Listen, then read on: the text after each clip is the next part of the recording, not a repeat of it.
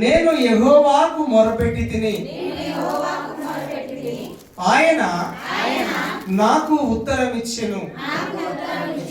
యెహోవా అబద్ధమాడు పెదవుల నుండి,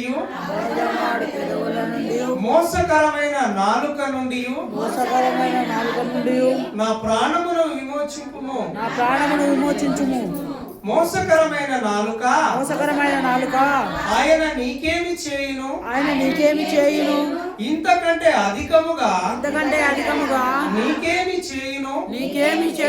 తంగేడు నిప్పులతో కూడిన బాణములను బలాఢ్యుల వాడిగల బాణములను నీ మీద వేయును. అయ్యో, నేను మెషెకులో పరదేశినై ఉన్నాను.